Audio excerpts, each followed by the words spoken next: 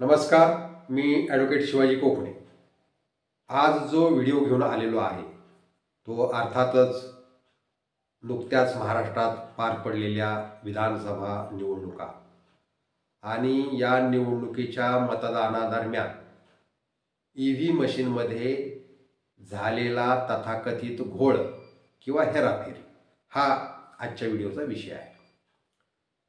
या निवडणुकीत एका पक्षाला म्हणजे भारतीय जनता पक्षाला धोधो यश मिळालेलं आहे आणि त्यांच्या विरोधकांना ज्याला आपण काय म्हणू मोठ्या पराभवाला सामोरं जावं लागलेलं आहे आणि त्या पराभवाचं जे काही विश्लेषण त्यांच्याकडून आणि विशेषतः प्रसारमाध्यमांच्याकडून केलं जातं आहे किंवा तज्ज्ञांच्याकडून केलं जातं आहे, त्याच्यामध्ये जे मुख्यत्वे करून सांगितलं जाते ते असं आहे की हा जो काही यश किंवा विजय भारतीय जनता पक्षाला आणि त्यांच्या त्या महायुतीला मिळालेला आहे तो तसा अपेक्षित नव्हता आणि तो कुणीच गृहीत धरलेला नव्हता।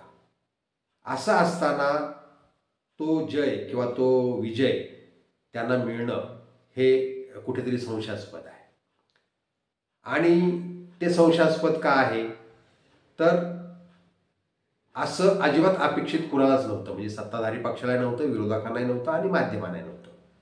आणि जे काही एक्झिट पोल आले होते तेही तसं सांगत होते की इतकं मोठं यश या महाविकास आघाडीला मिळणार नाही, तरी सुद्धा ते घडलेलं आहे आणि म्हणून त्याच्या अचूकतेबद्दल त्यांच्या मनामध्ये आता प्रश्न निर्माण व्हायला लागलेले आहेत।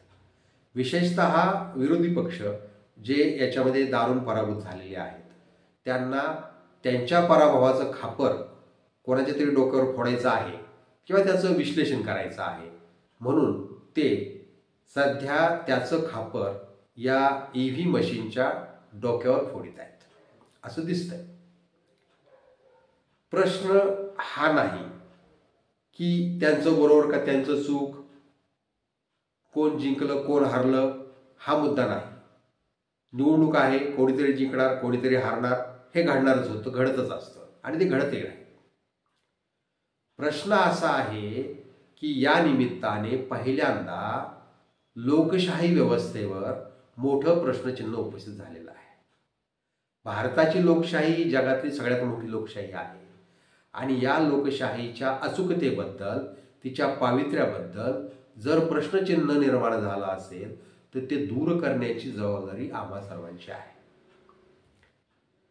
आज दुर्दैवाने आमच्या देशातल्या राजकीय पक्ष तथाकथित विचारवंत आणि प्रसारमाध्यमं असं सांगतायत, छातीरोपणे सांगतायत की काही का असेना या मशीनमध्ये मोठ्या प्रमाणावर हेराफेरी झालेली आहे। तसे आकडेही काही प्रसिद्ध झालेले आहेत की प्रत्यक्ष झालेलं मतदान आणि मोजणीच्या वेळेला जे आकडे मिळाले त्याच्यामध्ये तफावत दिसते आणि ती तफावत का दिसतीये तर विरोधकांचं म्हणणं आहे की ते सत्ताधाऱ्यांनी त्याच्यामध्ये कुठेतरी हेराफेरी केलेली आहे। आता ते काही का असेना, पण आमच्यासमोर हा प्रश्न आहे की हा जो काही संशय निर्माण झालेला आहे ते दूर करायचा की नाही, कारण आता केवळ भारतातच हा संशय निर्माण केला जातो अशातला भाग नाही आहे। तर एलॉन मस्क जे या क्षेत्रातले एक तज्ज्ञ आहेत त्यांनी नुकतंच एक विधान असं केलं की भारताच्या लोकसभेच्या निवडणुकीत 64 कोटी मतदान जे झालं त्याची मतमोजणी भारताने एका दिवसात कशी काय केली, कारण त्यांच्या देशामध्ये अमेरिकेमध्ये निवडणुका होऊन खूप दिवस झाले तरी सुद्धा मतमोजणी चालू होती।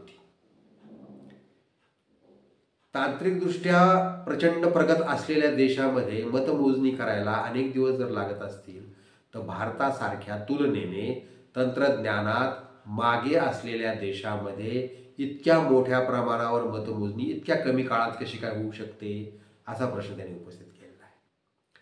आणि म्हणून मग आमच्या देशातल्या मतदान प्रक्रियेबद्दल जगभर जर चर्चा होणार असेल आणि ती नकारात्मक होणार असेल तर आम्हाला याचा गांभीर्याने विचार नक्की करावा लागेल। म्हातारी मेल्याचं दुःख नाही आहे, पण काळ सोपवण्याचं दुःख आहे.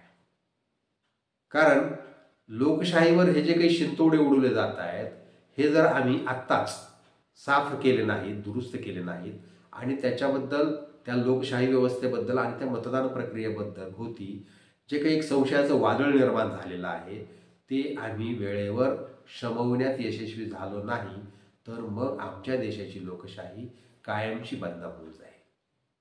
आणि तसं होऊ नये म्हणून आम्हा सगळ्यांचीच, मग ते सत्ताधारी पक्ष असोत, विरोधक असोत, स्वतःला तज्ज्ञ म्हणून घेणारे असोत किंवा न्यायसंस्थाही असो, या सगळ्यांनी याच्यामध्ये कुठेतरी निष्पृह चौकशी होऊन दूध का दूध आणि पाणी का पाणी झालं पाहिजे. याच्यासाठी सर्वांनी एकमेकांना सहकार्य केलं पाहिजे आणि केवळ एकमेकावर आरोप करीत न बसता याच्यातून सत्य बाहेर कसं येईल याच्यासाठी सगळ्यांनी पुढाकार घेतला पाहिजे. आणि तसं जर झालं नाही तर मग या देशाची लोकशाही धोक्यात आल्याशिवाय राहणार नाही.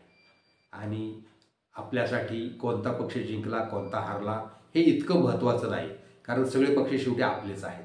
सत्ताधारी आपलाच असतो, विरोधकही आपलाच असतो.